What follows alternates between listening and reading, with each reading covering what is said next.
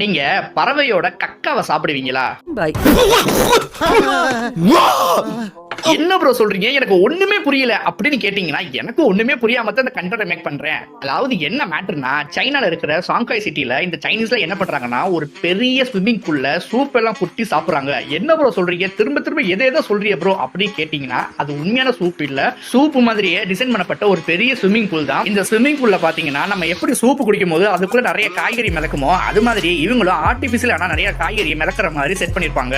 இதுல இந்த சைனீஸ் என்ன பண்ணுவாங்கன்னா, இந்த ஸ்விம்மிங் பூல்ல உட்காந்துக்கிட்டே சூப் ஆர்டர் பண்ணி சாப்பிடுவாங்க. பாத்தீங்களா, ஒரே நேரத்துல நம்ம குளிச்சுக்கலாம், குளிச்சுக்கலாம் அந்த அளவுக்கு இருக்கும் இந்த எக்ஸ்பீரியன்ஸ். சரி, அதெல்லாம் இருக்கட்டும் ப்ரோ. ஸ்டார்டிங்ல பறவையோட கக்காவை சாப்பிடறதா சொல்லி ஒரு மேட்டர் சொன்னேன்ல, அது என்னதுக்கு அப்படின்னு கேட்டீங்கன்னா, அதை பாக்குறதுக்கு முன்னாடி உங்களுக்கு கேப்டன் விஜயகாந்த் சாரா ரொம்ப பிடிக்கும்னா கமெண்ட் செக்ஷன்ல ரெட் கலர் ஹார்ட்டை கமெண்ட் பண்ணுங்க. இல்ல ப்ரோ, எனக்கு என்னைக்குமே புரட்சி தலைவர் எம்ஜிஆர் ரொம்ப பிடிக்கும் அப்படின்னு நினைச்சீங்கன்னா கமெண்ட் செக்ஷன்ல ப்ளூ கலர் ஹார்ட்டை கமெண்ட் பண்ணிட்டு நம்ம வீடியோ ஒரு லைக் போட்டுருங்க. சரி வாங்க அந்த கக்கா மேட்டர் என்னன்னு பார்ப்போம். அதாவது இந்த ஸ்விம்மிங் பூல் சூப்ல உட்காந்து சாப்பிடறத டாப் ஆங்கிள் வியூல உட்காந்து பார்க்கும்போது ஏதோ பறவையோட கக்கால உட்காந்து சாப்பிடுற மாதிரி இருக்குன்னு அவங்க ஊர்ல அவங்களே கிண்டல் பண்ணிக்கிறாங்க. அவரே சொல்றாரா? Very good, brilliant. இப்ப சொல்லுங்க, நீங்க இந்த பறவையோட கக்காவை சாப்பிடுவீங்க?